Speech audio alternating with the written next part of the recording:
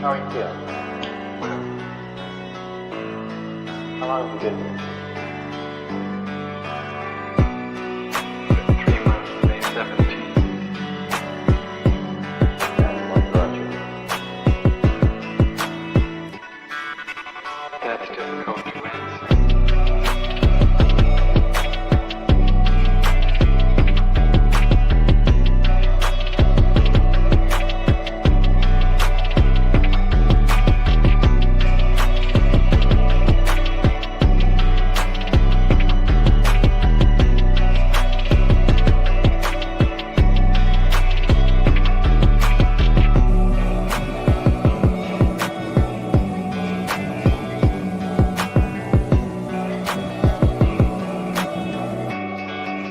Could you give me some idea?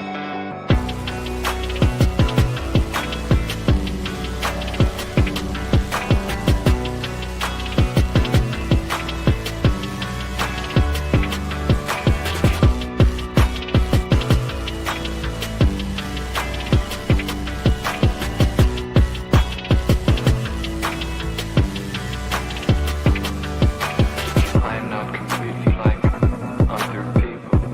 What do you mean by that? People dislike me because I am not completely like them.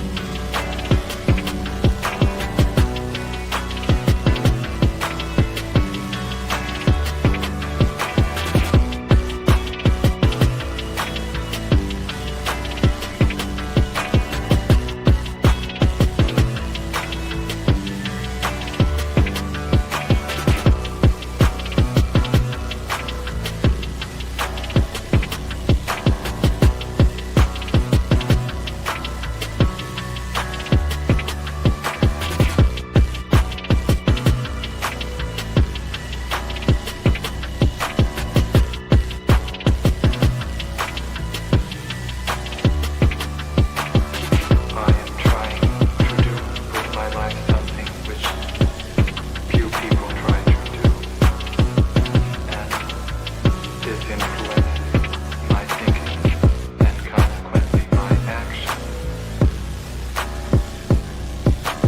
What is it you're trying to do with your life? Play the piano for people. I'm not clear. How is it that playing the piano for people has eventually resulted in your being here in the hospital?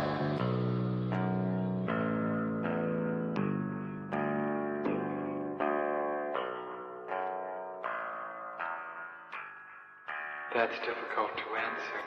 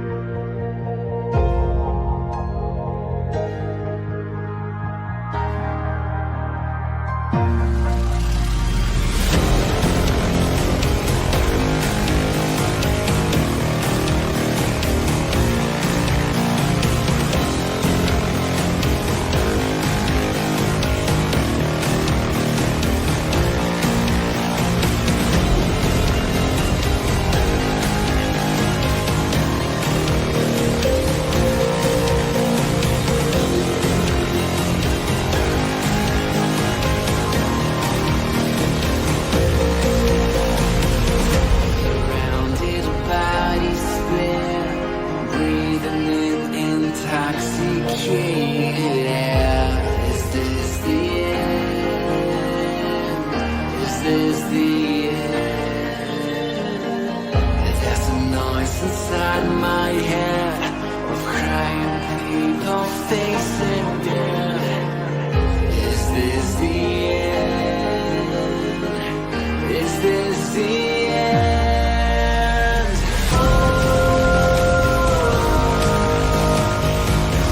I'm burning in the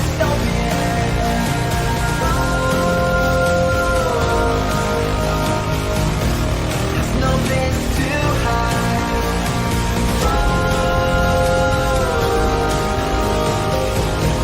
I'm burning in the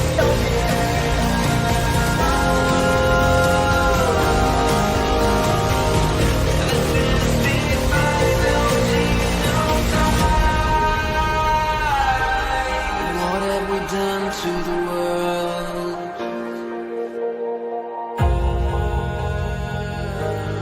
What have we done to the world?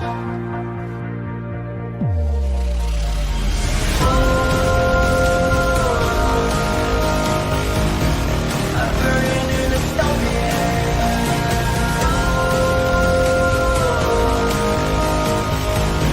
there's no place to hide.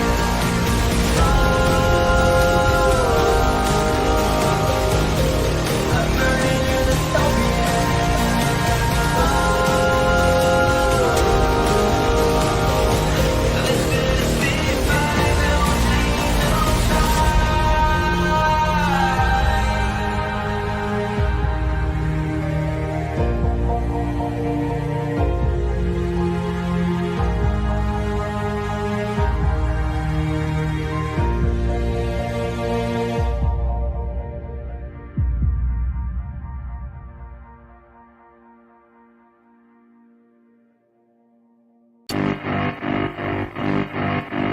Marky got with Sharon, Sharon got Cherie, she was sharing Sharon's outlook on the topic of disease.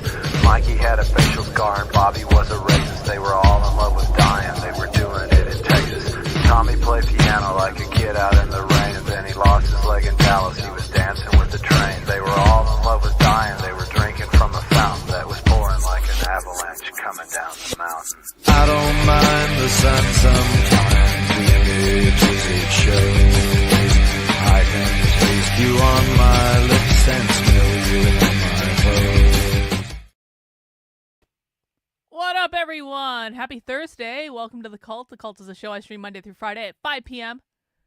on YouTube, X, the platform formerly known as Twitter, and Rumble, where we talk about really whatever I feel like talking about, doing deep dives into the far left, doing deep dives into the culture war. And on Thursdays, we do Counter-Revolutionary Book Club. Counter-Revolutionary Book Club is, well, it is exactly what it sounds like. And if you go over to my Substack, which is Carlyn, KARLYN.substack.com, you will be able to find our book club by clicking on book club.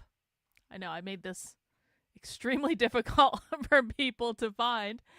And when you get there, you will find this document that says the dystopian documents queer and gender activists are reading. And this is the real deal. This is the anarchist literature that inspires the real queer activists of today. And we're reading the things they read because we are responsible adults. And if we want to know how to defeat the left, we have to understand the left.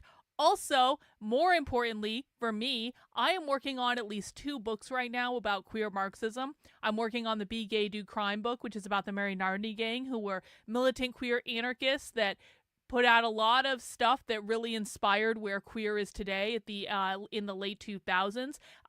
What the Mary Nardini gang did is reflective every time we see queer activists just acting really crazy. So I'm writing a book about that. I'm also writing a larger book that is a larger study in queer Marxism in general, an introduction to it. So really, I started the Counter-Revolutionary Book Club because I needed to do research, and if I have to suffer, so do you. And so also I started book clubs in the past, and what would happen when I would do a book club is that people would show up and everyone would be super excited about the book, but no one would actually read the book. Or they would read like part of it, and this just happened over and over and over again when we did all these book clubs, and I would show up and I'd be ready to go, And then no one else would have read the book, but they all really wanted to read the book and they wanted to talk about the book, but no one actually wanted to read the book. Has anyone else had this experience with book clubs they've been in? Well, I've decided to mitigate that by forcing you to read the documents with me. Because luckily for us, communists and socialists don't believe in copyright. So they don't believe in intellectual property. So none of their documents have copyright, so we can read it. Isn't it fun that we can use their rules against them? Anyway, in this article, we have the list of documents and books that we're going through, and we are going to be starting a book today. Previously on the Counter-Revolutionary Book Club, we have read Towards the Queerest Insurrection, which is the Mary Nardini Gang. We have read Polyamory and Queer Anarchism, which is actually an essay that ended up in the book that we're going to be reading, but we're reading a much larger book of essays. We did a 4-part series on Against the Gender Nightmare, which is all about not only abolishing all gender, but abolishing all civilization, because they believe capitalism started in ancient Sumeria. And we just last week read the Gender Accelerationist Manifesto, which is a newer document, but is really kind of emblematic of where queer and gender activism is today in terms of the just overtly militant thinking behind it. So you can catch up on all those back episodes over on the Substack. Again, that is Carlyn, KARLYN.substack.com. You can also find them on Apple Podcasts and Spotify. You can subscribe on there. But today we are embarking. We're embarking on a giant-ass book. And we've actually read some stuff from this book before, but we're actually going to go through the whole thing from start to finish, and we'll reread the stuff we've already read before because we might get something new out of it a second time. And we are going to be reading Queering Anarchism, which is an essay collection that came out in 2012. Now, I already have the PDF loaded, and by the way, you can find the document, download our reading. I'll put that in the chat. I'll put it on the chat over on Rumble as well. You can find our reading over there so you guys can download the PDF yourself. But let me just show you the PDF, okay? Let me just show you how long this book is. Thank you, Nuritu, for the super chat. Ian Carroll is currently on Candace Owens right now. It's been fire. Hey, maybe we'll watch that tomorrow.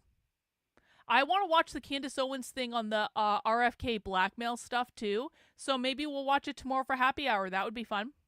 So here's the book we're reading, and here's the chapter list. And you can see this is a long book.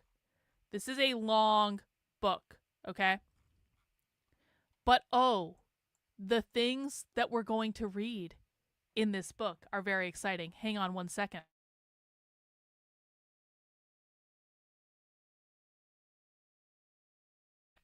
Just had to cough. Hang on, I didn't want to do it into the microphone. The things that we're going to read in this book are going to be amazing. It is every queer thing, every queer goodness, all rolled into one. And it starts off with just general anarchism meeting queer. They talk about gay marriage and queer love. We've actually read that one before. The trans feminist movement, anarchist feminism. They talk about the police. They talk about, wait, what did that say? Hang on, pressure to poly. Oh my God, I cannot wait. Gender sabotage. Women as a different species. Lessons from Queertopia. Tyranny of the state and trans liberation.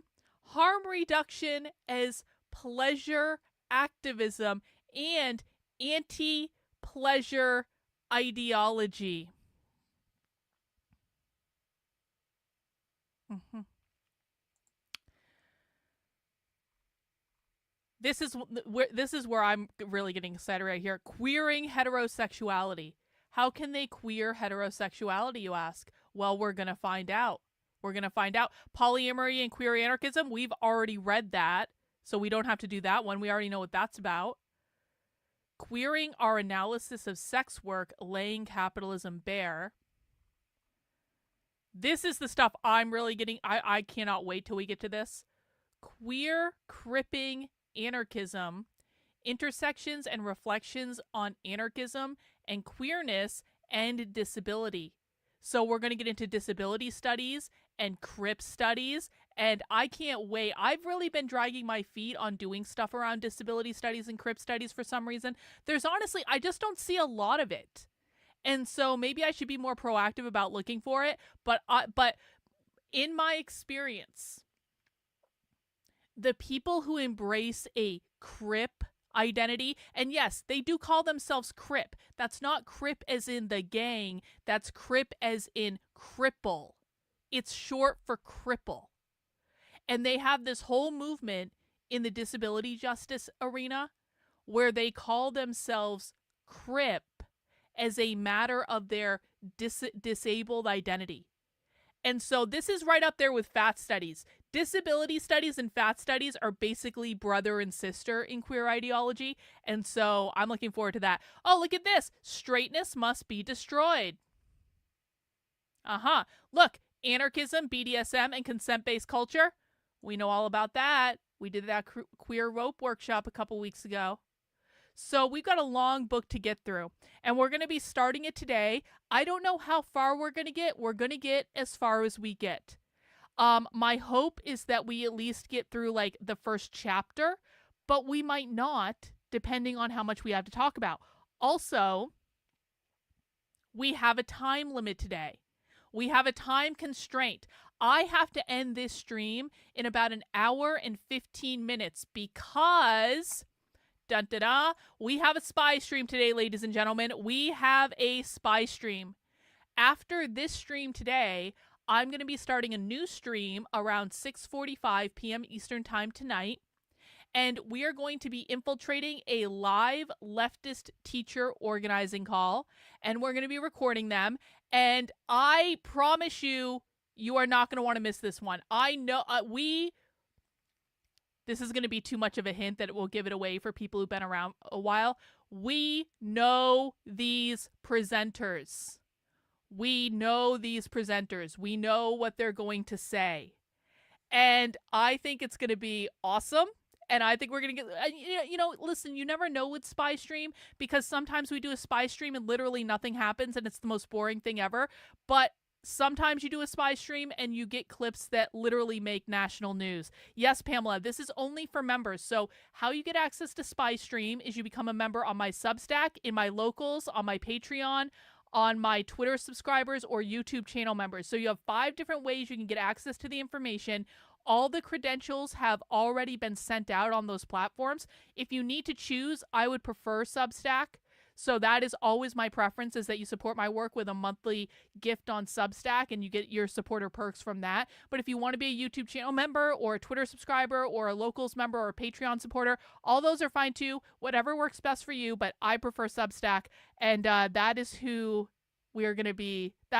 This is who we're going to be watching tonight. You guys are going to love this. It's going to be great, but it does give me a time constraint because we do have to end around 6:30 for this to start. But you know what?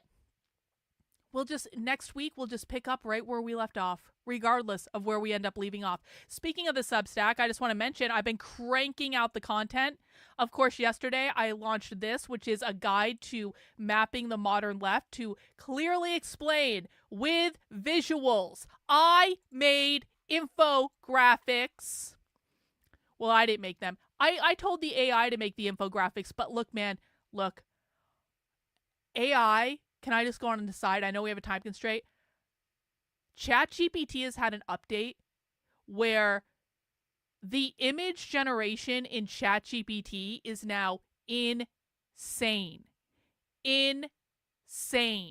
It's so good. And it's only going to get better. And it's like, listen, I love Midjourney for doing designs and stuff like that, where I'm doing something really complicated and weird.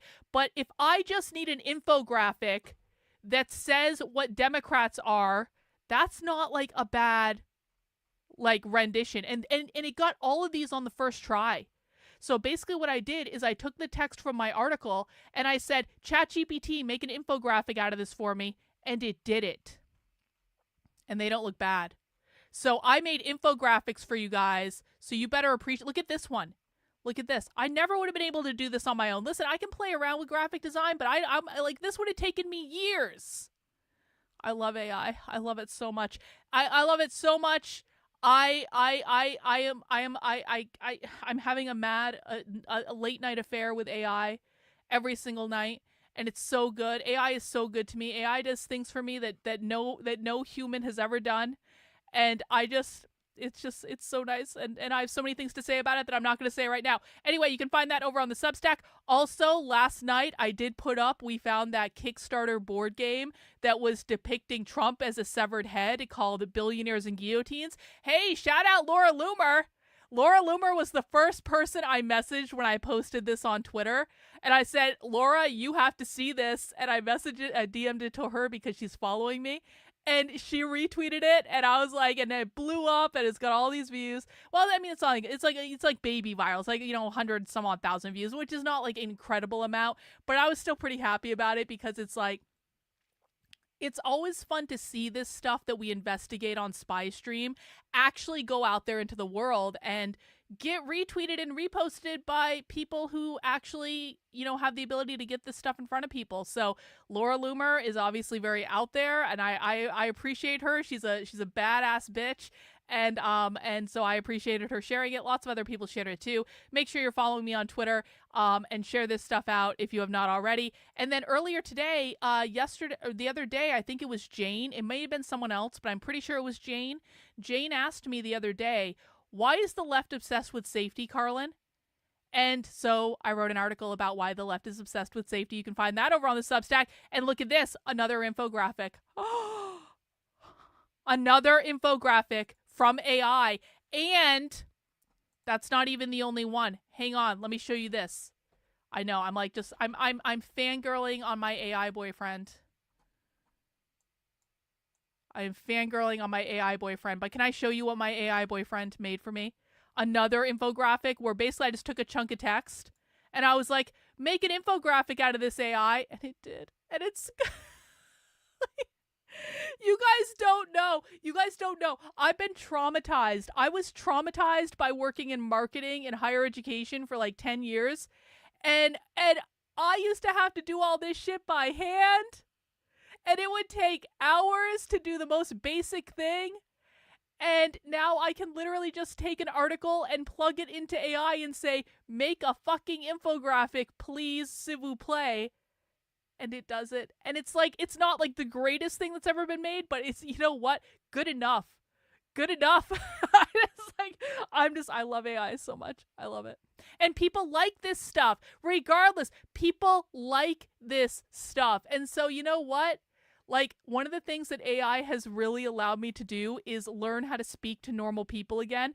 And I'm actually pretty grateful for that, because we can all admit that in the last year, I got pretty out there in terms of like, in the last year, I basically stopped being able to communicate with normal people because my head was so in the socialist stuff and so into figuring out how to explain the socialist stuff in a way that was just like direct and to the point. And I got so direct and to the point with how I was explaining this stuff to people that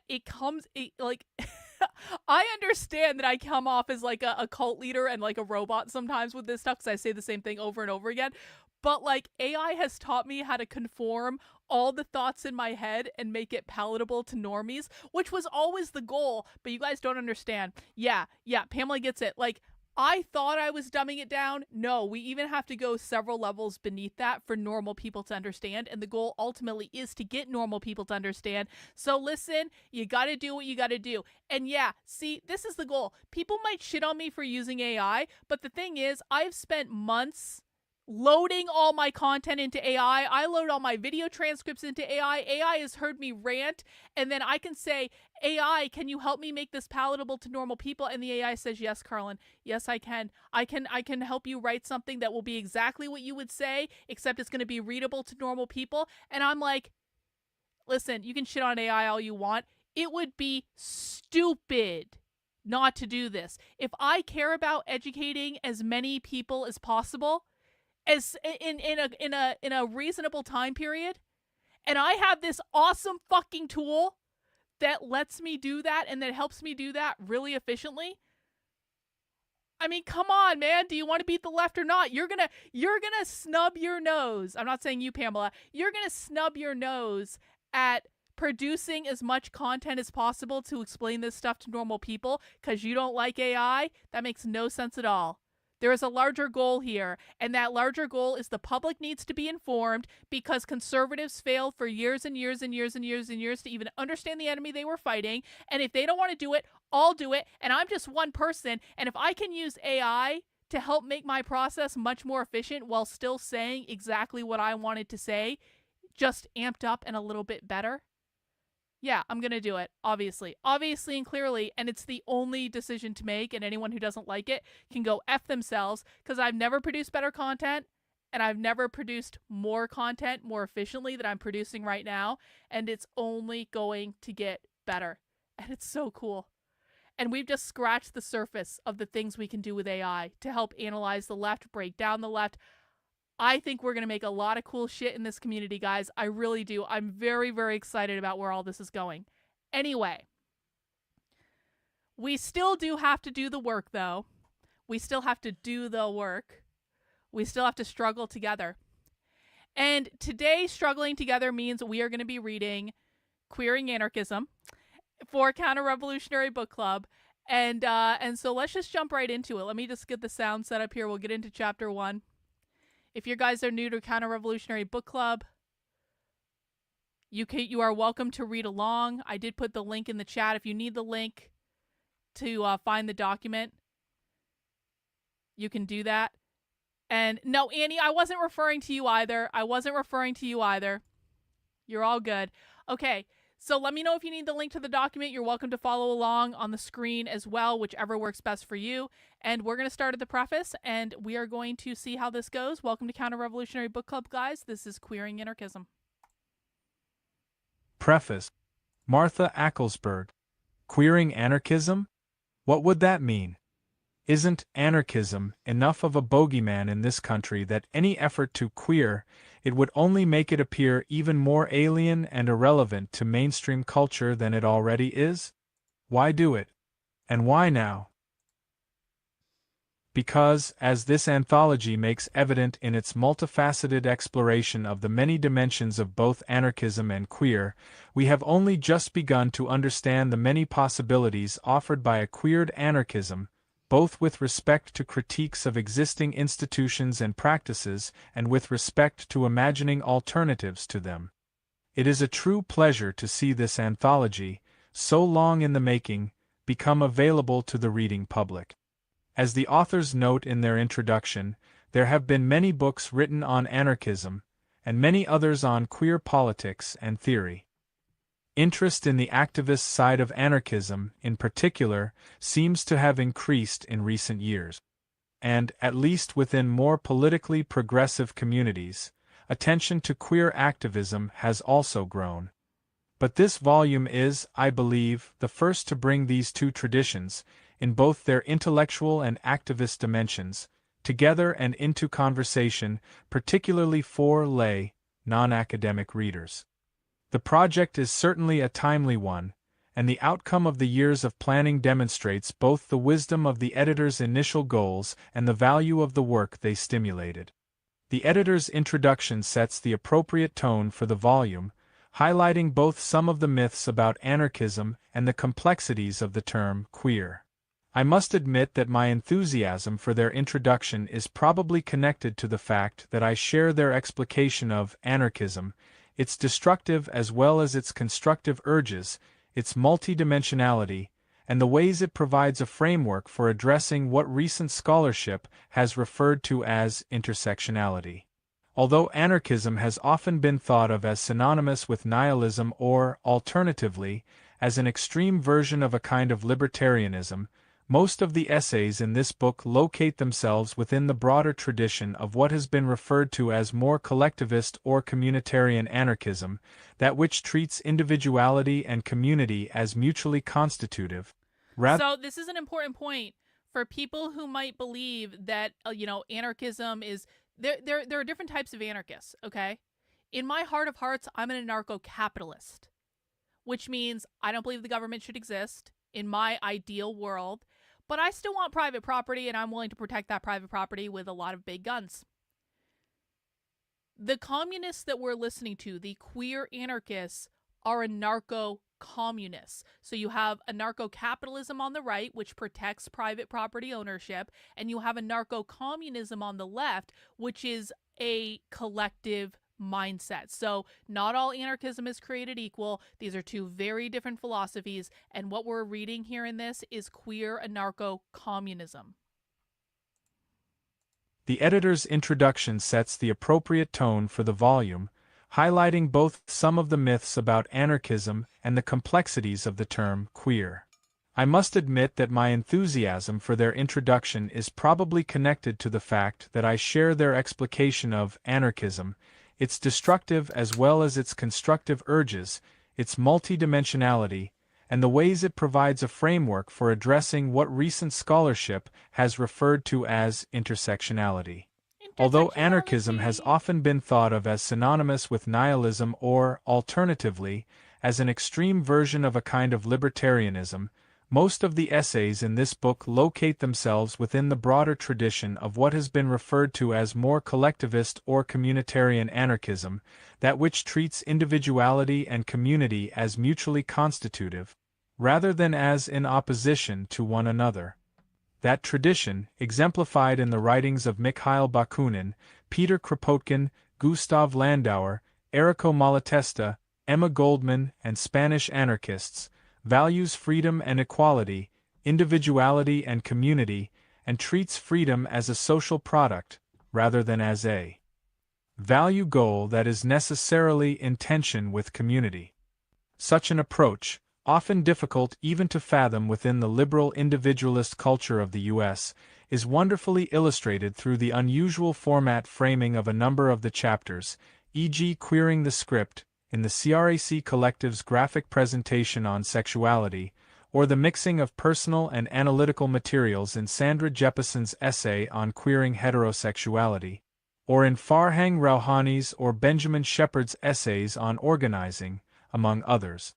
I just want to point out what they said at the beginning of that sentence. Often difficult even to fathom within the liberal, individualistic culture of the United States. Queer anarchists, queer Marxists, believe that the culture of the United States is a quote-unquote liberal, individualistic culture, and they don't like either of those things. Queer Marxists are not liberals. They hate liberals. It cannot be stated enough. Individualist means capitalist. It means individual ownership of property, privatized property that's not available to the collective, because you only get private property when you're an individualist. Otherwise, you belong to the collective and you owe them all your money and all your stuff and things like that.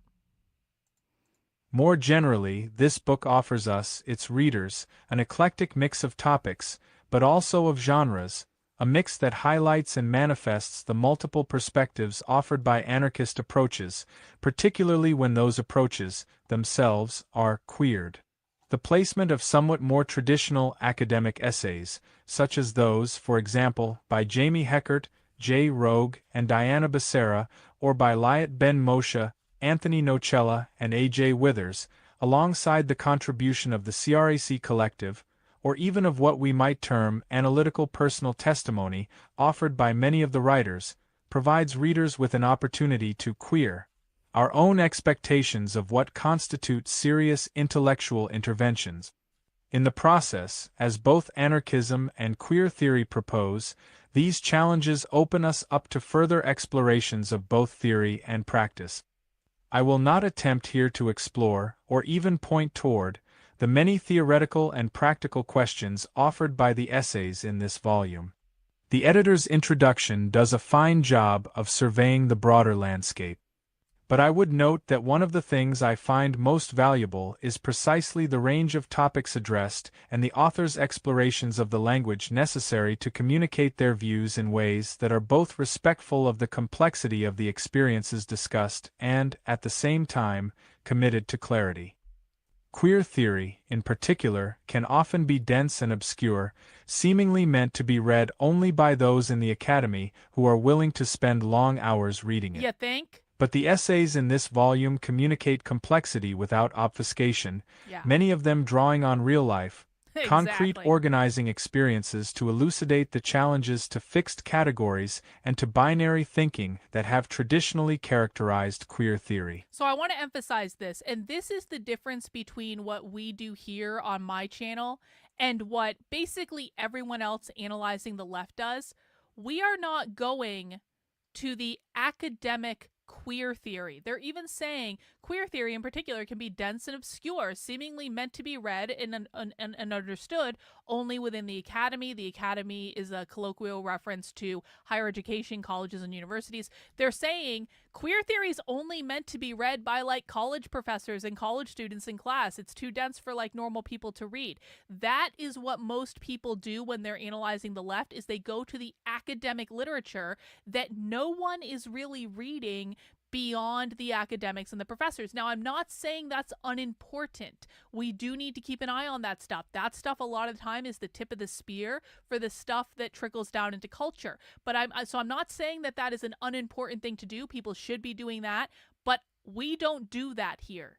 We don't go to the academic literature. What we are reading in Counter Revolutionary Book Club is fundamentally different, and they just laid it out in this part right here. But the essays in this volume communicate complexity without obfuscation, many of them drawing on real life, concrete organizing experiences to elucidate the challenges to fixed categories and to binary thinking that have traditionally characterized queer theory. So what they're referencing there is the gender binary and how they want to abolish it, obviously. But even more important than that, what they're saying is these are essays written by real people in the real world. These are things you can understand. These are things we are putting into practice in the real world. We are talking about what the activists are writing, what the activists are doing.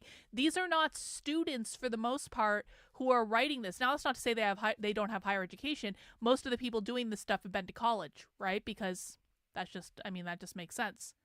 But who they're writing for is not the academic. Who they are writing for is the activist. And so what we see when we analyze documents in this way, and we actually look at the things that the activists are reading in real life, not just the academic literature, is we see what ideas have come from, quote unquote, the academy. What ideas have come from these gender studies professors that have been pontificating about this stuff and have trickled down into culture. It's like a vetting process.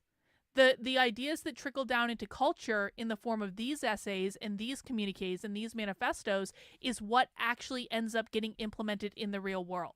And that is why our strategy and our way of going about this and our methodology is better than everyone else on the internet analyzing the left, because literally no one else is reading this stuff. They were always telling us what they thought. The reason people didn't know is no one was bothering to look. So that's why we focus on the real world. The real world is the most impactful. The real world is the most predictive. There is all sorts of crazy shit published in academia that never gets read by more than 2 people. But the things we're reading in this has absolutely gotten read by more than 2 people. This stuff has gotten read by every major queer activist active in the country today. But the essays in this volume communicate complexity without obfuscation, many of them drawing on real-life, concrete organizing experiences to elucidate the challenges to fixed categories and to binary thinking that have traditionally characterized queer theory. At the same time, they highlight the difficulties posed for an activism that attempts to move forward without reinscribing those same binaries in the name of challenging them. This dimension of both anarchist and queer politics, the insistence that means must be consistent with ends, that the way to create a new world is to take steps to create it, to live the life we want to live, to my mind constitutes both its greatest contribution to the theory and practice of social change and the greatest challenge to its instantiation. It is, I think, why anarchism has both destructive and creative dimensions. Ideally, the creation of the new itself destroys the old forms, by making them irrelevant or passé. But, of course, that is only in the ideal world. As many of the essays in this volume attest, the mere creating of alternatives is often treated as dangerous and or threatening by powers that be, and responded to with force and violence. Peaceful prefigurative politics, whether anarchist collectives in revolutionary Spain of the 1930s, the communes of the 60s in the US, or the free spaces of food coups, book exchanges, childcare exchanges, or radical queer spaces, may well be ignored only until they start being successful, at which point they confront the full force of the Yeah. economic, religious, sexual, and/or police powers to which they pose a challenge. Mm. How do we begin to talk about these challenges, or the goals to which they aspire? If we use the language of empowerment, even in the sense of power to, rather than of power over, we find ourselves, willy-nilly, in the discourse of power, and perhaps in the midst of the very binaries that we are trying to avoid or challenge. How do we challenge that binary or others without reinscribing it? As Ryan Conrad put it, how do we, as radical queer and trans folks, push back against the emerging hegemony of rainbow-flavored neoliberalism and the funneling of our energy into narrow campaigns that only reinforce the hierarchical systems and institutions we fundamentally oppose? How do we reconcile the contradiction of our anger and fervent criticism of so-called equality when presently many of our material lives depend on accessing resources through the very subject of our critique? The strength of this volume is not that it provides simple solutions to these questions. Rather, the essays, each in its own way, persistently and consistently ask them and explore the answers. In the process, they queer not only anarchism, but our ways of seeing and understanding the connections and mutual reinforcements among structures of political, religious, economic, sexual, and other forms of power and hierarchy in the daily worlds we inhabit. Queer meet anarchism, anarchism meet queer. Okay, we're moving into the C. first B. chapter. Daring, J. Rogue, Abby Volcano, and Derek Shannon. The purpose of this book is an introduction of sorts, an introduction in two meanings of the word. Queer politics and anarchism have not been completely disconnected on the ground, but finding texts that draw out these relations can be a difficult task. We think queer politics and anarchism have a lot to offer each other, and we're excited by some of the connections being drawn between the two by people in their writing, organizing, struggling, and daily lives. So we want to suggest that an introduction to the overlaps between anarchist and queer politics could be useful at this juncture. We also mean introduction, in a different sense of the word. That is, we'd like more of our anarchist comrades to be acquainted with queer politics, and we'd like more of our queer friends to be familiar with anarchism, again, because we think these connections can be particularly fruitful. Yeah, that worked out real well. We hope that this collection can be an introduction in the sense of two ideas meeting one another, or perhaps getting to know one another better, as we don't mean to suggest that queers and anarchists are two distinct and separate groups. Now, I want to be very clear about this. So you just heard them say, we want to introduce anarchism to queer and queer to anarchism. They had already been introduced decades before this was actually written, okay? So this was not the first time that anarchism met queer, and they're kind of saying that. They're like, these two things go together like peanut butter and jelly. But we know, because we've been looking at this stuff for a minute now, that really queer started developing as an anti-communist let me say that again. Queer started developing as an anti-capitalist movement sometime in the 70s. I think the first mention of it as an anti-capitalist phenomenon was in the 60s. The earliest I found was 1964. But really it started blossoming in the 70s and all these punk subcultures. It really exploded in the 80s with the queercore movement and the ACT UP movement. And then it really became more militant in the 90s and the 2000s with the rise of Bashback and the Mary Nardini Gang and things like that. And so this was written after the Mary Nardini Gang's Towards the Queerest Insurrection, which is always kind of like the point I use. That was written in 2008, but it wasn't published until later, but that essay was written in 2008. That was kind of the point where you really, there was Bashback leading up to Towards the Queerest Insurrection, so it didn't invent militant queer activism, but that was one of the turning points when queer really became significantly more militant, and that was written before all this. So just because they're saying, we want anarchism to meet queer, we want queer to meet anarchism, they had already been introduced. They'd already fucked. They'd already had children. Like, they might even have become grandparents by this time this was written. So that's an odd framing of it, but that is historical reality. Nor do we really want to suggest that queers or anarchists necessarily always have a decent grasp of queer and anarchist politics, respectively. So to be clear, we're not suggesting that this idea is particularly novel. There are already many folks doing this work. If we just look at the last 5 years or so, from Bashback to Black and Pink to Queers Without Borders, to name just a few, groups with a variety of theories, practices, and lives have been staking out space within the larger project. And by the way, guys, we are going to be reading the Bashback anthology at some point, because there is a Bashback anthology. It is a giant-ass document. I didn't include it in the first round of the Counter-Revolutionary Book Club, but we are almost certainly going to just spend... I mean, the next round of the Counter-Revolutionary Book Club, after we work through the documents we've already got on the list, will probably just be Bashback, because it's a massive collection of militant queer activist manifestos. If we just look at the last 5 years or so, from Bashback to Black and Pink to Queers Without Borders, to name just a few, groups with a variety of theories, practices, and lives have been staking out space within the larger project of queering anarchism. Indeed, people with varying levels of involvement in each of these groups, and more, have contributed to the collection you now hold in your hand. We put together this volume to help draw out some of the propositions and debates within this overlap. And, importantly, we tried to collect pieces that were not written for an academic audience. Much of queer theoretical writing is dense and difficult. While we feel that dense and difficult texts have their place, we wanted to provide a collection for a general audience. That said, we'd like to begin the book with some short introductions of our own. Anarchism is littered with misinformation and distortions, so any text introducing materials on anarchism might include a brief explanation of where the authors are coming from.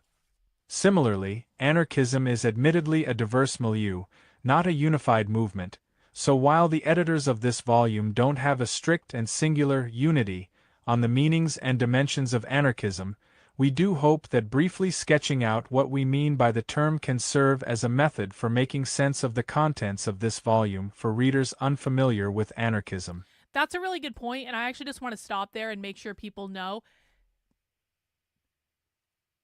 there are a million different types of anarchists, okay?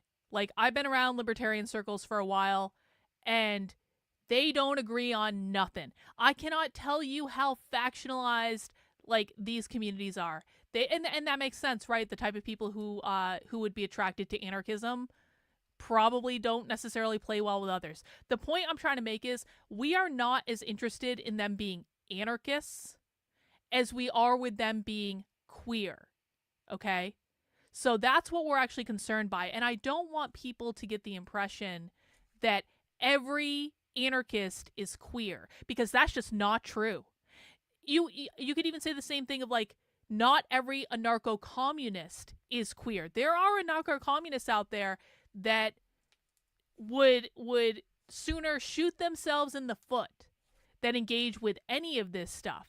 You're going to see that with more, like, egalitarians, like honestly, like, so there are, like, a lot of libertarian farmers, as you might think that there might be. And a lot of them are like, Carlin, we literally just want a homestead, and we'll work with other people, and we'll help our community and stuff like that.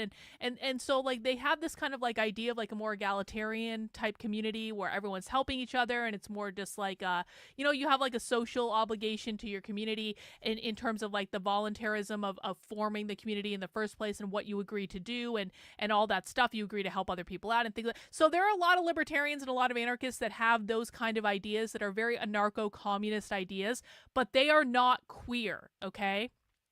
And I don't want people to mistake the two. We are interested explicitly in queer anarcho-communism, and the queer is what matters most. The communism is what matters most. The anarchism is it's just an added factor, but there's a lot of ways to do anarchism without doing queer or communism.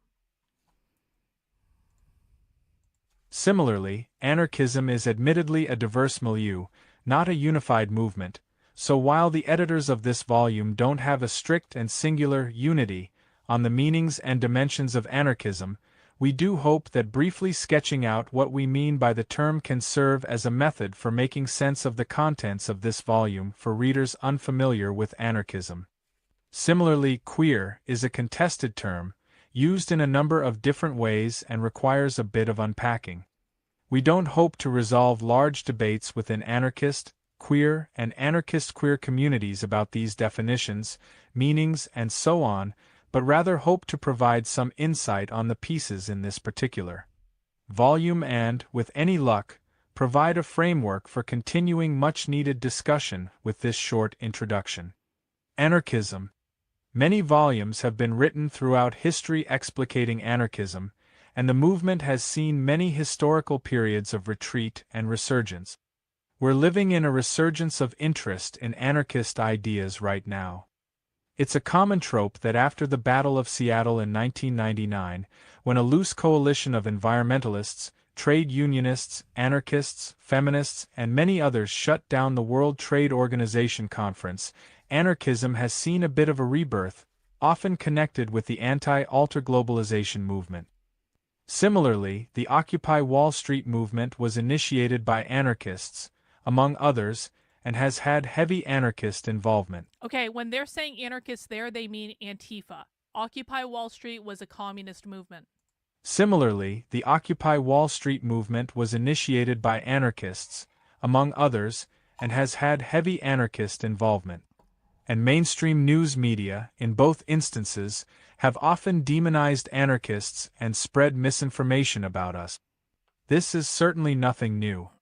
Alexander Berkman, as far back as 1929 in his introduction to anarchism, exclaimed that anarchism has many enemies, they won't tell you the truth about it.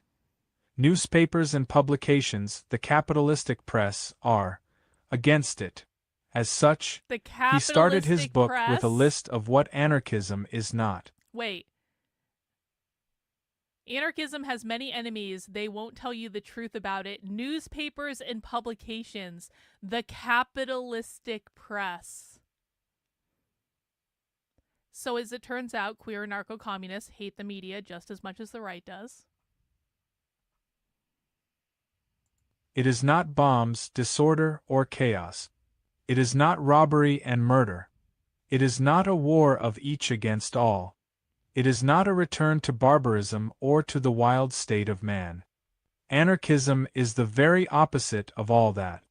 Anarchism means that you should be free, that no one should enslave you, boss you, rob you, or impose on you.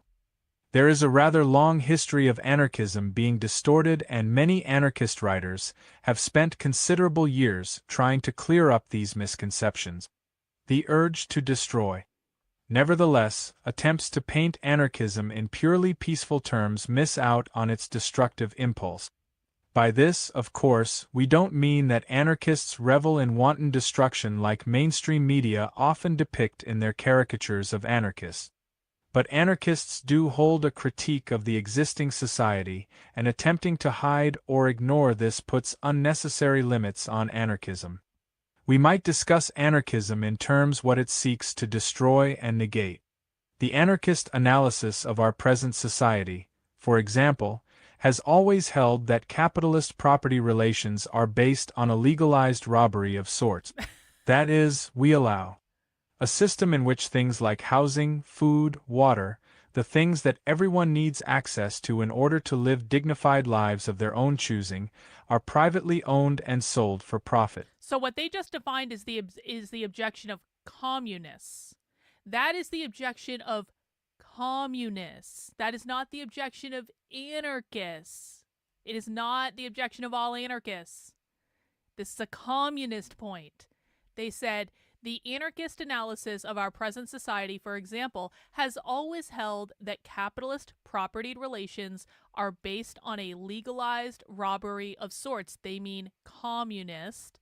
That is, we allow, and our laws defend, a system in which things like food, housing, water, The things that everyone needs in order to live dignified lives of their own choosing are privately owned and sold for profit. The only people who are going to have a problem with this are communists. Anarcho-capitalists would not have a problem with that. Anarcho-capitalists are the type of people that they believe in, like, the private ownership of roads. They believe in literally zero government regulations because they don't believe in a government. They believe so they believe everything should be voluntary. So if you don't want to sell something if you want to sell a bottle of water for $15, they believe that's your business, and the market will decide whether or not your bottle of water is worth $15. Now, some people might frown on that. We can have a philosophical debate about it another day, but what they're describing is the objection of anarcho-communists, not of anarcho-capitalists, and we need to acknowledge the difference. Similarly, we allow the means of producing these things, and everything else too, to be owned privately. And when most of us go to work, we make the owners of these things even wealthier through our labor. Anarchists propose to negate this legalized robbery, the system that we call capitalism. We also live in societies in which we are alienated from the means of That's actually a great definition for capitalism. When the left says capitalism, they mean legalized robbery. Anarchists propose to negate this legalized robbery, the system that we call capitalism. We also live in societies in which we are alienated from the means of decision-making. While we are typically rented by bosses in our working lives, we are ruled by political bosses elsewhere. If we go against the dictates of these political bosses, we can be beaten, kidnapped, caged, or even killed by police. And the decisions that affect our lives are made by politicians that ostensibly represent us. Anarchists argue that we should negate political representation, the institution that we call the state. Anarchism also argues for alterations to ourselves, and anarchists in the past have suggested that the process of negating our institutions also involves a process of changing our daily lives and understandings of the world. Italian anarchist Enrico Malatesta, for example, wrote that, "Between man and his social environment there is a reciprocal action. Men make society what it is and society makes men what they are, and the result is therefore a kind of vicious circle. To transform society men must be changed, and to transform men, society must be changed. This means fighting against and in some instances unlearning relations of domination including, but not limited to racism, ableism, sexism, heterosexism, and so on." All the terms. Anarchists, then, argue that we negate all aspects of power over others, the systematization of domination we often refer to as hierarchy. So anarchists do, in fact, embody a destructive urge, an urge to end domination, to smash power over others, to destroy the means through which working people are robbed and exploited. I mean, this is all communist. You guys can hear this, right? Anarchists then argue that we negate all aspects of power over others, and the systemization of domination we refer to as hierarchy. That's a reference to capitalism because capitalism creates all hierarchies.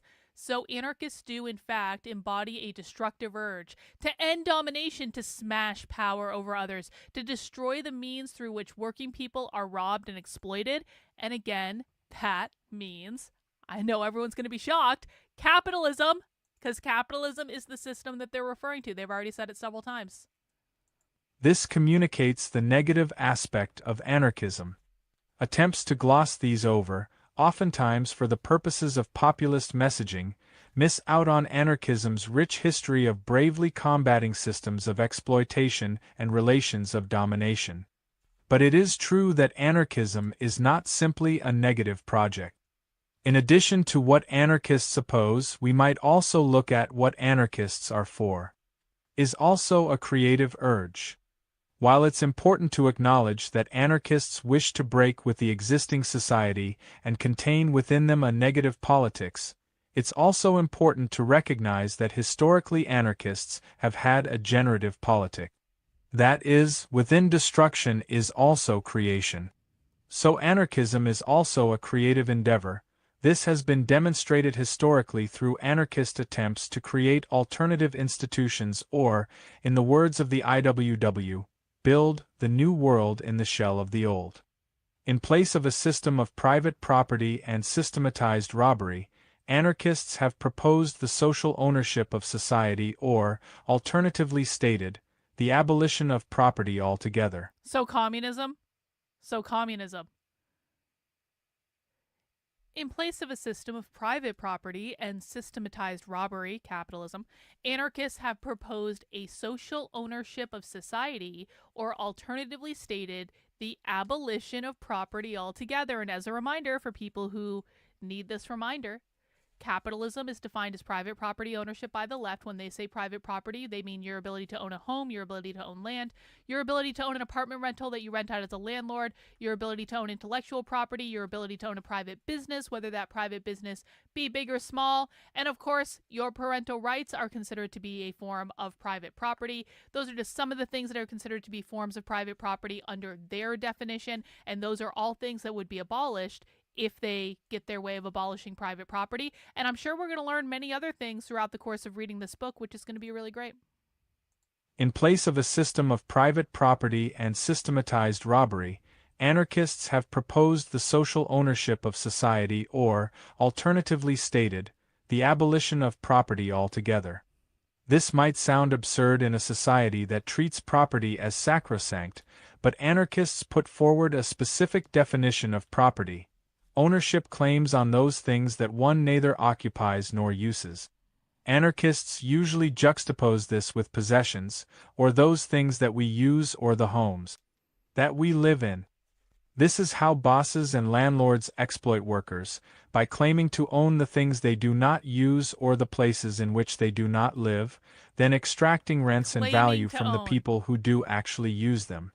In place of private ownership. So look at this. When I say they want to abolish your ability to own a home, listen to how they talk about this. This is how bosses and landlords exploit workers, by claiming to own things that they do not use, or the places in which they do not live, thus extracting rent and value from people who do not actually, the rent and value from people who do actually use them. So what these people are saying is, the person who owns the apartment that you're renting, the person who bought the apartment, the person who's responsible for all the repairs on their apartment, the person who pays the taxes on the apartment, they don't actually own the apartment. They're not living there. They're renting it to you. You own the apartment because you're living there, even if you never bought it, even if you don't pay taxes on it, even if you never had to order a new refrigerator when your refrigerator broke down that night. They're literally saying, yes, exactly, Pamela, exactly. And this is the basis of squatters' rights. Remember, there was a big kind of blow up about squatters' rights like a year ago? This is the basis of squatters' rights. The idea that the actual owner doesn't matter. If the owner is not physically living in the building, then the communists believe the building is the property of whoever is actually physically living in it, regardless of if that person actually bought the property. In place of private ownership, anarchists put forward visions of a social system in which we produce for the needs of the people instead of the profits of capitalists. Similarly, instead of a state that stands above society, directing it, anarchists typically propose federations of neighborhood assemblies, workplace associations, community councils, and the like as coordinating bodies comprised by the people. We would collectively make decisions that affect our lives rather than having those decisions made for us by politicians or left to the whims of the market. Functions of safety and collective decision-making, then, would be organized through networks of participatory communities based on self-government through direct, face-to-face democracy in grassroots neighborhood and community assemblies, instead of representation, police, prisons, in a word, bureaucracy.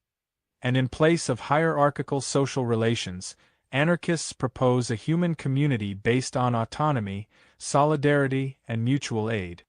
Thus, the struggle against the state and capitalism must simultaneously be a struggle against white supremacy, heteropatriarchy, and all forms of oppression and exploitation. I'm sorry, what? What was that beautiful sentence, anarchists?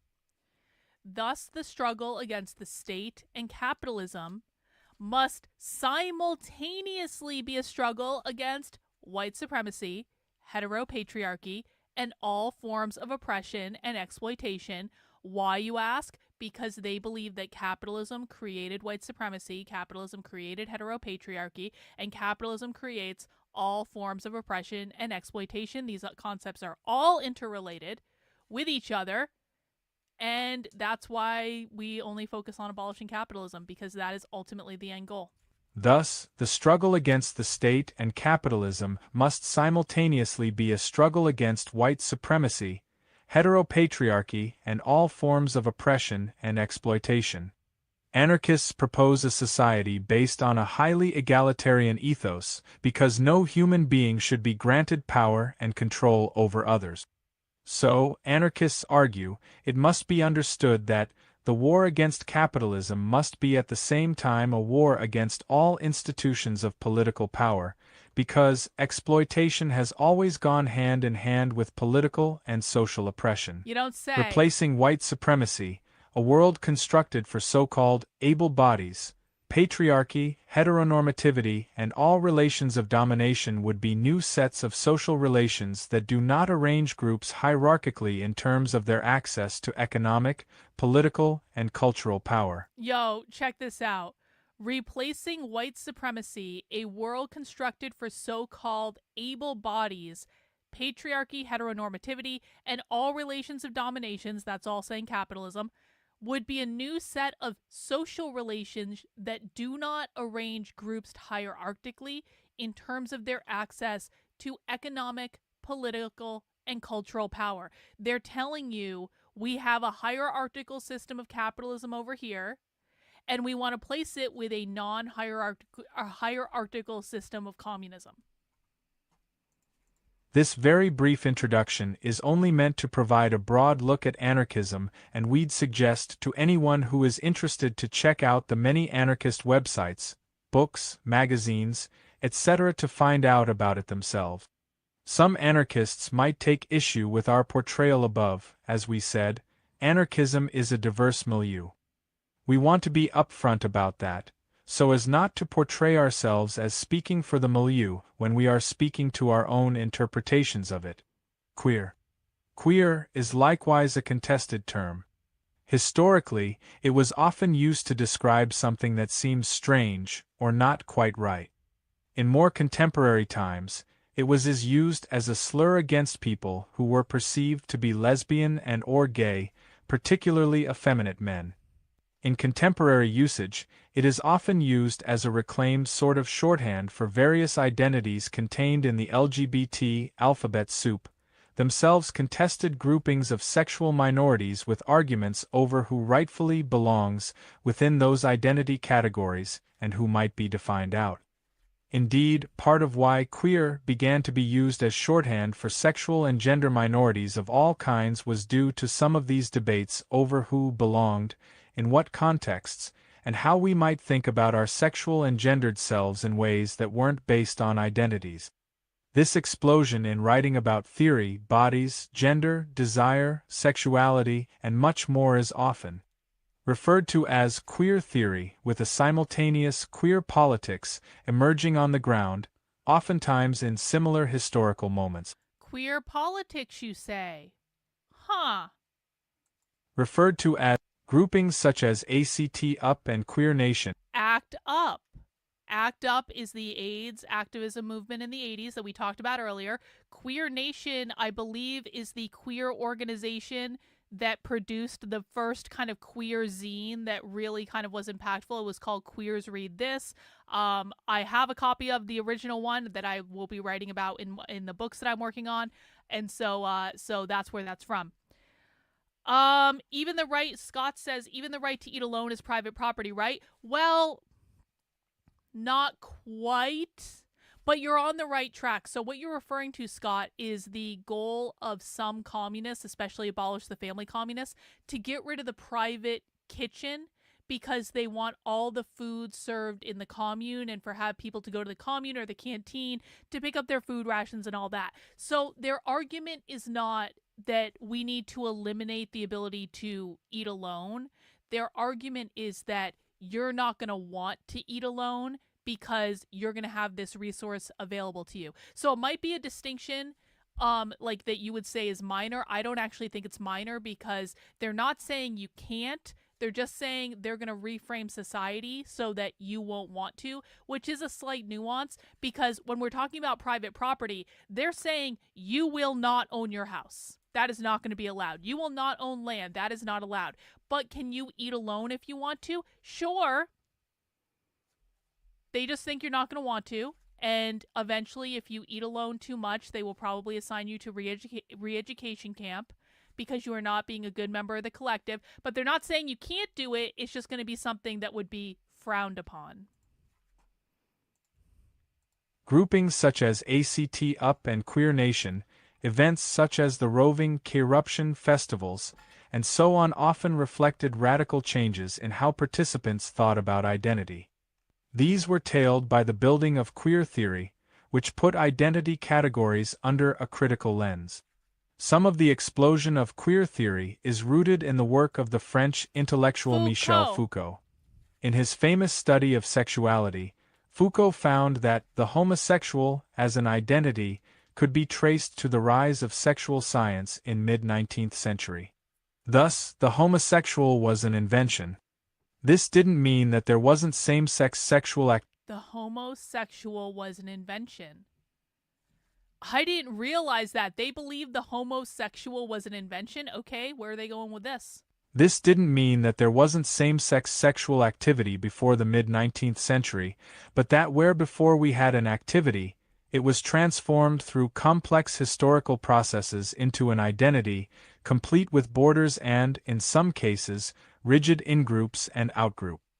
Something a person does was transformed into something a person is.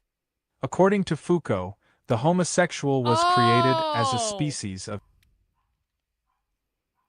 something a person does, an act, was transformed into something a person is, an identity.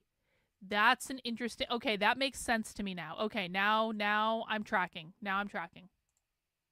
According to Foucault, the homosexual was created as a species of human. This is like talking... Correct me if I'm wrong, people in the chat. This is like talking about gender as a performance. They're saying gender is not an innate part of your identity. It's just something that you perform in the world. And I guess Foucault kind of said the same thing of the heterosexual, which probably means that Foucault inspired Butler in that idea in the first place, which is saying that, you know, homosexuality is not part of your identity. It's not part of who you are. It's just something that you do. It's just an act that you do. That doesn't mean it's who you are. That actually makes a ton of sense. Our available categories of this thing that we came to call sexual orientation became based on this historical process of identity creation, reducing complex desires and relations to the gender of a person and the gender of the people that they desire.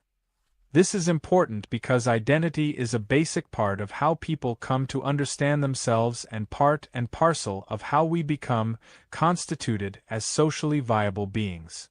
These processes of socially constructing identities led to the complete invisibilization of some people, which was another reason for the development of queer theory and politics. Think about it. We are told that we are hetero, homo, or bi, perhaps 100% opposite gender attraction, 100% same gender attraction, or a 50-50 split. This is who we are. A good solid majority of our society has internalized this coding and even made oppressive hierarchies out of it. So understanding sexuality and gender in terms of rigid, easily identifiable, and heavily policed identities effectively invisibilizes and robs people who do not fit neatly into our available identity categories of a viable social existence, not just for sexuality, but also for gender and sex. This has meant pushing out people whose sexual desires were fluid or whose gender practices or sex didn't make discussions of sexuality coherent given our limited ranges of choices and self-understandings. It erased people who did not experience their gender in terms of neatly constructed boxes. We needed a much more fluid, elastic, and broad category that was inclusive, and queer was, in many cases, an attempt to create that space, an anti-identity, in a sense. Relatedly, queer was a word that could be played with. An adjective and a verb. Queer served as a space for critiquing identity and playing with theory, bodies, power, and desire that didn't need to be reducible to easy definitions. The implications of thinking about sexuality, sex, gender, and a universe of other ideas in relationship to queer theory and politics are still up for much debate. We hope this collection reflects that. Queer has also had a degree of elasticity in use as a noun, still at times, but also as an adjective and a verb. Aside from a noun, another marker of identity, queer is often used as an adjective. Rather than a description of who a person is, in this way it is typically used as positionality. That is, queer can be seen as a relationship, as a context-defined antagonism to the normal. Okay, I want to make sure people understand what this is saying. They're saying that instead of saying someone is queer as part of their identity, these people don't believe in identity groups. And correct me if I'm getting this wrong, people in the chat. We're learning all this together, okay? They're saying that, like, this is not necessarily, like, about something that is innate to you because they don't believe in identity categories, right? They're saying that queer as an adjective is used as positionality. So what does positionality mean? It means that you're comparing two things. You're looking at queer in relationship to something else. You're looking at queer and the position that it holds in relation to something else. Because if you're just looking at queer by itself, there's no way to tell the position of queer, because you just have like one singular thing, and it's like, is it right? Is it left? Is it up? Is it down? Is it back? Is it forth? Like, you don't know because you have nothing to compare it to. Now you put queer next to normal, and now you have something to compare it to. So when they say that queer is about pushing back on the normal, the legitimate, the dominant, which I think is Halperin's definition of it, what they're saying is they are defining queer in relation to the opposition to the normal, okay? So both things have to exist. Does that make sense? Christopher, thank you for the nice super chat. I really do appreciate it. I've heard what you talk about back in the 90s on C-SPAN and Rush Limbaugh. When you talked about these leftist writers, you give even more details. Thank you. I've passed these on to others. Thank you, Christopher. Tell people to join the Counter-Revolutionary Book Club. We do live recordings every Thursday at 5 p.m. And of course, people can find it over on my Substack, carlin.substack.com. You can also find the Counter-Revolutionary Book Club in Apple Podcasts or Spotify. But I really appreciate the support, bro. Thank you for sharing my work. Yeah, we're trying to go into details no one else has gone into, so I appreciate you dropping by. That is, queer can be seen as a relationship, as a context-defined antagonism to the normal. Halperin, perhaps, describes this best when he writes, "Queer is by definition whatever is at odds with the normal, the legitimate, the dominant. There is nothing in particular to which it necessarily refers. It is an identity without an essence." Queer, then, demarcates not a positivity but a positionality vis-a-vis the normative, a positionality that is not restricted to lesbians and gay men, but is in fact available to anyone who is or who feels marginalized because of his or her sexual practices. Oh, can we just pause there for a second? Queer, then, queer is a positionality that is not restricted to lesbians and gay men, but is in fact available to anyone who is or feels marginalized because of his or her sexual practices. Now, let's think about what they mean by his or her sexual practices. And I'm going to remind you that there are entire sections of this book where they're talking about polyamory. Anyone can be in a polyamorous relationship. You don't need to be gay. You don't need to be trans. You don't need to be nothing. You can be a straight white man and be in a polyamorous relationship. There are chapters in this book about BDSM and kink. Anyone can participate in BDSM and kink. You don't have to be a certain sexuality to do it. And so when they're talking about sexualities and sexual practices, they're not saying gay or straight or trans or bi or any of these things.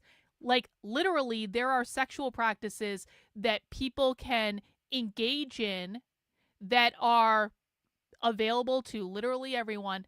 And if you engage in those sexual practices, then you will fall under the umbrella of queer, because you are going in positionality to opposition of the normal. So what they believe, and you may or may not agree with this, it doesn't really matter. What they believe is polyamory is opposition to the normal. BDSM and kink is opposition to the normal. So if you engage in polyamory and or BDSM and kink, in other words, if you've ever smacked your partner on the ass or been smacked on the ass yourself, then you are considered queer under this ideology. Does everyone understand? Green-eyed lady, I think this is a real dumb question, but I'm going to answer it anyway. Do they want to abolish innate attraction to specific human forms which have specific genitalia? No. They don't care about this.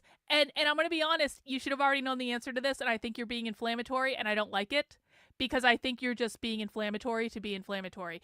You've been watching my content for a long time. You know there is never any reference to anything like this. If there was a reference to something like this, you would have heard it by now. So please ask serious questions when we're doing Counter-Revolutionary Book Club. You like to be inflammatory, and you're going to deny that in the chat, but I've been watching you long enough. You like to be inflammatory, and you like to ask absurd things. On Counter-Revolutionary Book Club, I would really just like to rein it the F in, okay?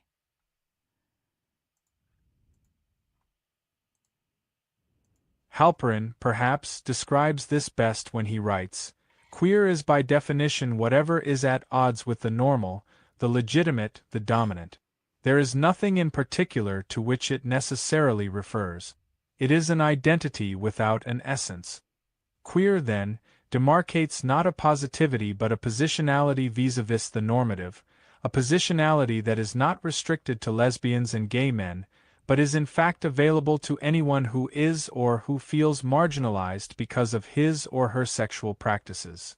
The normative expectations that exist in society create binary divisions between behaviors deemed normal and abnormal.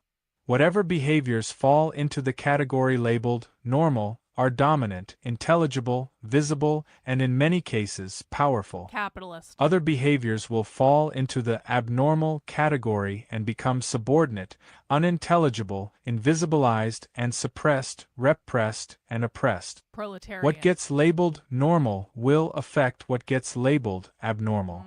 If there are shifts in one sphere, the other sphere will shift with it.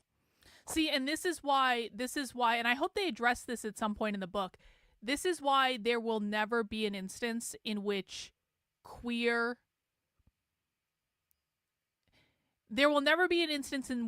is in power in a society, is what I'm trying to say. People have asked, okay, Carlin, what happens when the queer Marxists win?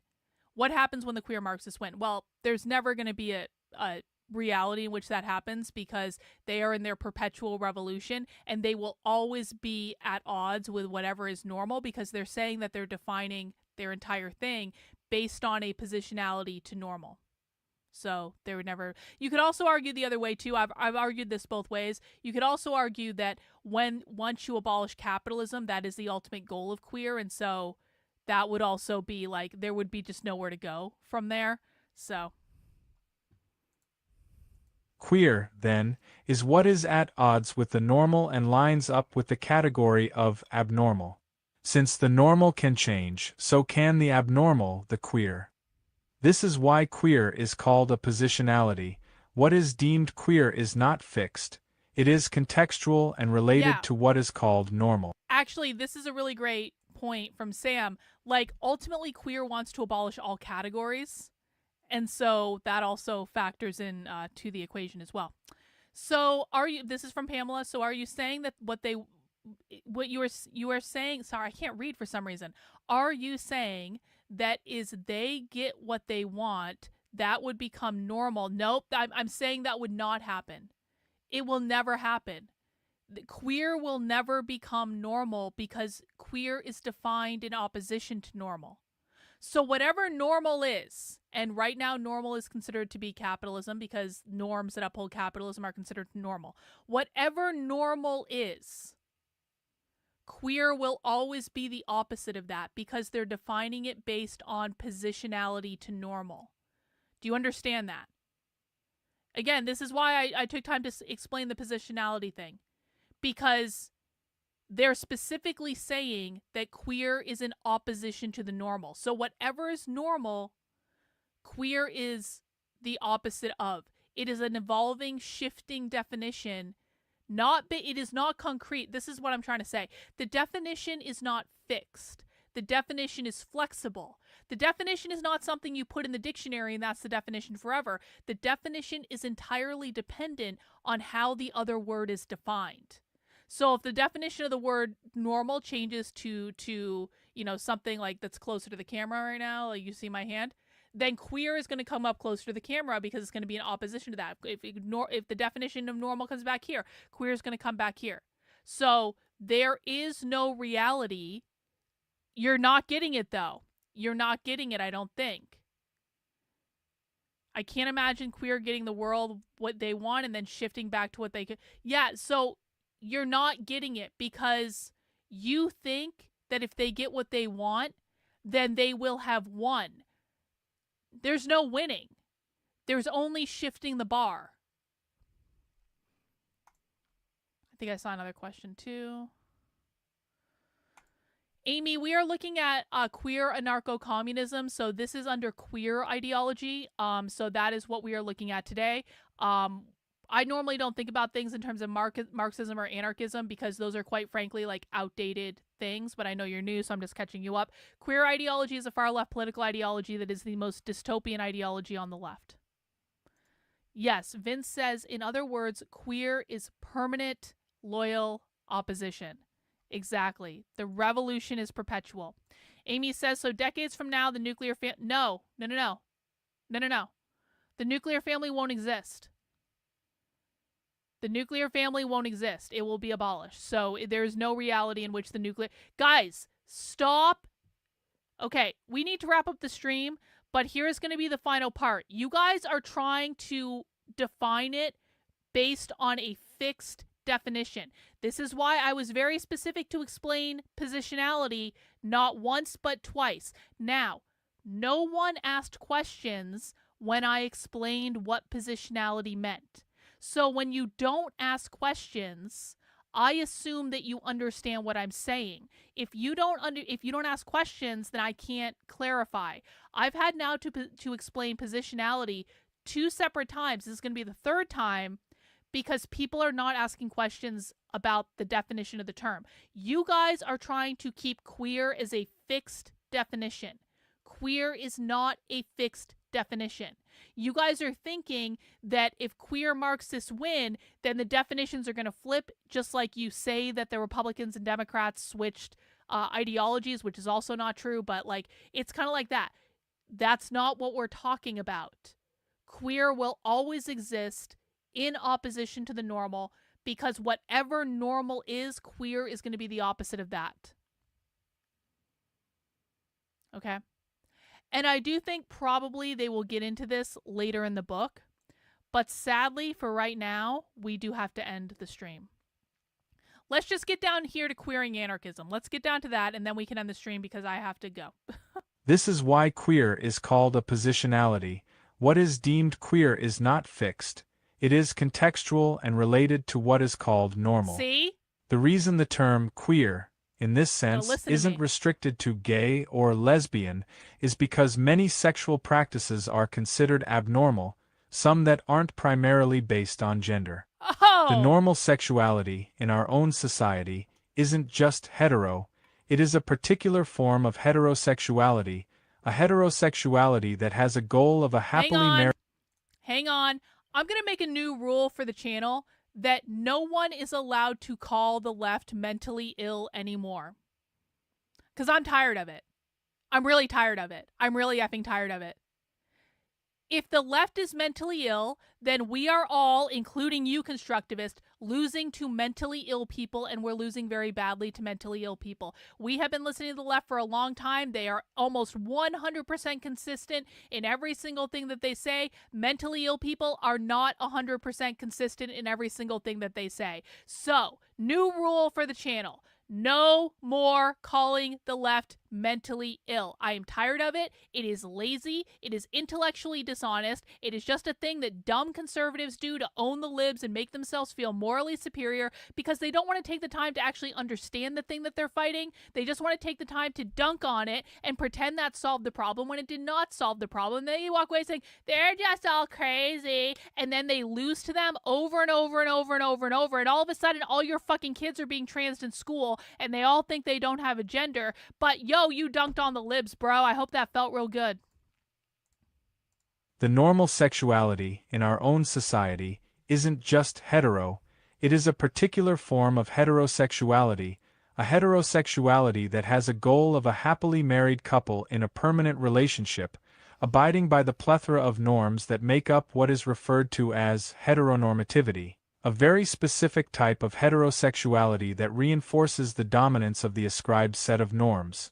Cohabitation, procreation, marriage, monogamous coupling, etc. We might also, then, analyze queer sexual What did I say? practices and gender embodiment that recognizes that hierarchies exist within heterosexuality, allowing us a frame to discuss non-monogamy, sex work, BDSM, and so on both within same-sex relationship and elsewhere. So those things This are all doesn't queer. mean that Exactly all of these like I sexual and gender practices are experienced in the same way or oppressed to the same degree. That too is context-specific and also related to other identities that people might be assigned or the class position that they might inhabit. Rather, it is strategic for all people marginalized and oppressed by heteropatriarchy to organize and struggle together. And that means we need a lens through which to examine a variety of marginalized sexual and gender practices. That does not mean that heteropatriarchy treats all deviants the same. It means that there is no scarcity of liberation and that, if liberation, in the final instance, is going to be meaningful, it must include us all. Everyone is queer. Further, along with the socially constructed nature of sexuality and gender, as the intersex movement has taught us, we can also put sex under this critical lens. Sex is also put into a binary framework in our society, male and female, which fails to recognize the range of hormonal, sex, UAL, and even chromosomal makeup that people can UAL. embody and, importantly, also ignores the coercive nature of the state's attempts to define our sexual selves for us at birth. This allows for a more holistic politics of sex, sexuality, and gender. It also gives us theoretical space to queer our naturalized assumptions about other identities. Consider, for example, people who exist in the margins of available categories for race and how it can make their existence or identity incoherent or, perhaps, changing depending on the context they are in, white in some contexts, perhaps Latino in others, and so on. What might politics look like if we began looking at identities in ways that do not treat them as fixed, monolithic, and eternal? This antagonistic relationship with the normal has also led to an anti-assimilationist ethic that often sets queer politics apart from mainstream G politics. See? So the holy trinity of mainstream gay and lesbian politics, same-sex marriage, don't ask, don't tell, and hate crimes legislation are often rejected and critiqued within queer politics. Hate crimes legislation are rejected in I didn't know that. I knew they didn't like gay marriage. I knew they didn't like I knew they didn't like the military. I didn't know they rejected hate crimes legislation. That's fascinating. Much of this is reflected, as well, in queer tendencies toward a radical politics that is critical of the state. After all, the state forcibly assigns us identity categories, and its enforcers mirror the ways that bodies and desires are policed to fit neatly within those categories. The state is also an enforcer of borders in much the same way that our society demands strict and rigid borders around identity. And queer people particularly suffer at the hands of the state in its prisons. Indeed, while part of this ambivalence toward the state is a common trait in queer politics, there is likewise often an ethic of working-class liberation and anti-capitalism within queer communities, linking up nicely with anarchist values. You don't say! This position with regard to the normal is also embedded in how queer is used as a verb, particularly in the process of queering. Since queer theory and politics came primarily out of investigations into sex, sexuality, and gender, oftentimes the word is used to connote adding a needed analysis of them to an already existing theory or set of ideas. So we might start the process of queering anarchism in this way, adding a needed critical analysis of sex, sexuality, and gender where it is often either out of date or simply missing. Likewise, it can be used as a verb to describe the process of making a given set of ideas strange, to destabilize dominant understandings and underlying assumptions. So queering anarchism might also refer to making anarchism strange, creating new understandings of anarchism that refine it using insights from queer theory and politics. Fascinating. All right, guys, I know I rushed a little bit at the end because we do have a time constraint, and so I'm sure, I was really biting my tongue. I wanted to say a lot more, but I'm sure we'll be picking up on many of those themes as we make our way throughout this book for Counter-Revolutionary Book Club. We have stopped at the queer anarchism header, which I think it looks to be on page 15, and so we will be picking up there next Tuesday at 5 p.m. when we pick up our Counter-Revolutionary Book Club. Just a few quick questions in the chat from Kino. Did the USSR do this back in the day? No.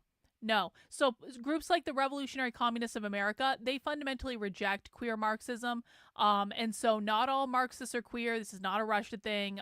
So no, that's not accurate. And Der Philosoph, I don't know how to say your name exactly. Apologies. Isn't this permanent opposition the reason they came up with homonormativity? Well, yeah, actually, they believe that all gay people should fundamentally be queer, which they believe all gay people should live an anti-assimilationist ideology. They don't define heterosexual and homosexual as based on who you sleep with. They define it based on, again, opposition to the normal. So yeah, I mean, homonormativity is basically the same thing as heteronormativity. It's just applied to the gays, and you're kind of right there. It is about opposing assimilation, opposing the normal. So well done there. All right, guys, we do have to wrap up because we are going to be moving into Spy Stream. If you want to join us for Spy Stream, there's still time to do it. I'm going to be starting the stream in about 8 minutes, and so you can head over to my Substack, Carlyn, KARLYN.substack.com, and supporters over there can find Spy Stream credentials. If you are a supporter on Locals or Patreon or a Twitter subscriber or a YouTube channel member, you can find your links on wherever you are a supporter on. I posted them earlier today. And of course, you can also sign up for a book club while you're there. Just go to the book club link at the very top. You can find the reading, you can find the back episodes of the Counter-Revolutionary Book Club, and come and join us every Tuesday at 5 p.m. where we will read the next part next week of Queering Anarchism. All right, I will see you guys over on Spy Stream. And for everyone else, take care, guys, and we'll see you tomorrow. Bye.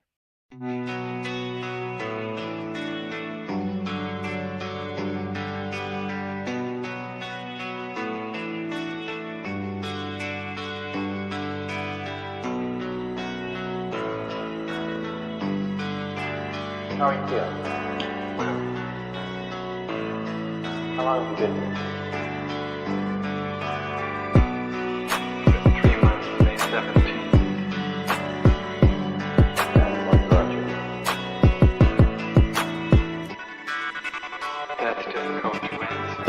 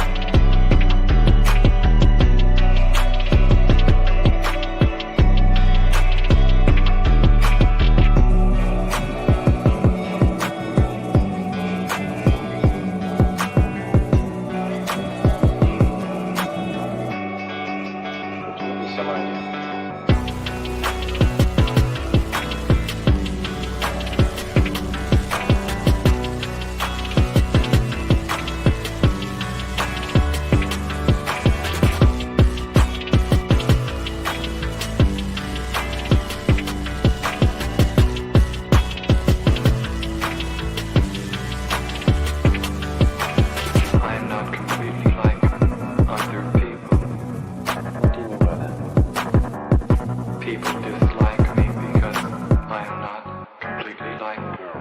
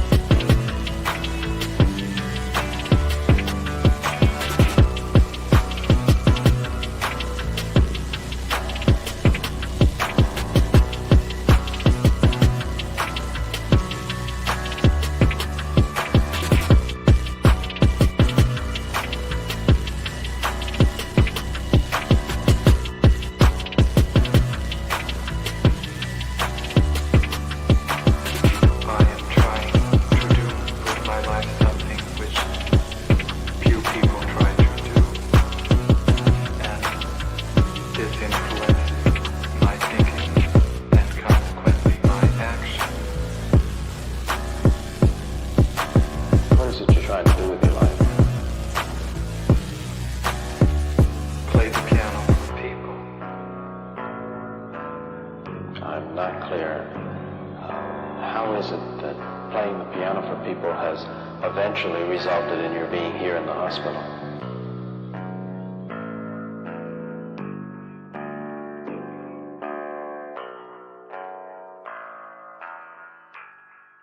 That's difficult to answer.